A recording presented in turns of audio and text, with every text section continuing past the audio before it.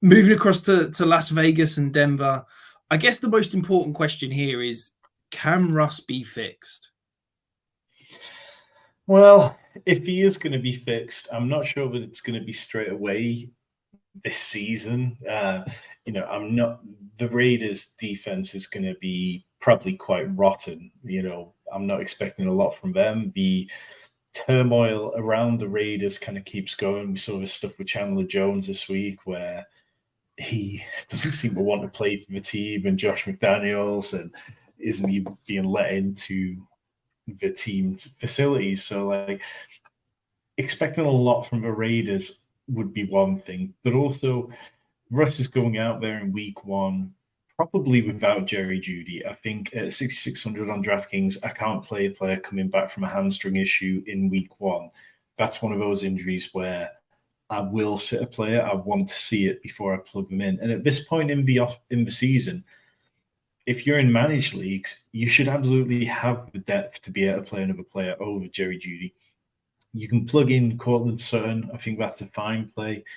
Javonte Williams, again, I want to see what Javonte Williams looks like right now. If you really had to, if you started a 0 RB draft and you've got Samaje Perine, I don't mind playing him. But yeah, I think, how do you think this is going to play out with the Raiders wide receivers outside of Devontae Adams?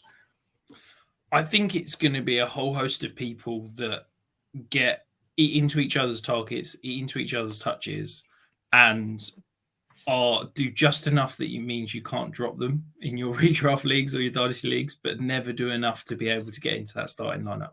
It's part of the reason we talked all off season. We didn't like Jacoby Myers at his cost.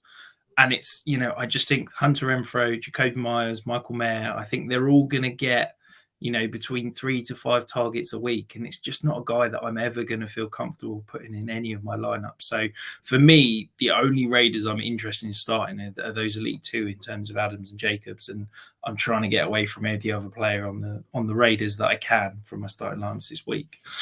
We got a couple of questions in the chat, Tom.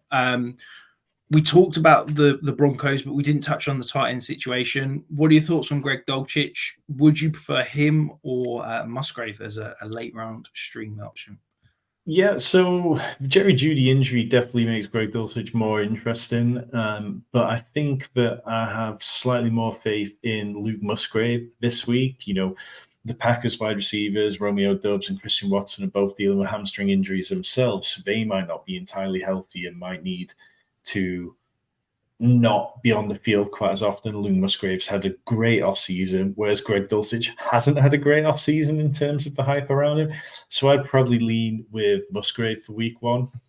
Yeah, no, I think that makes sense. I think he's got the higher ceiling, just given the targets in that offense. So I think I'd agree with you that he's probably the better as the streamer.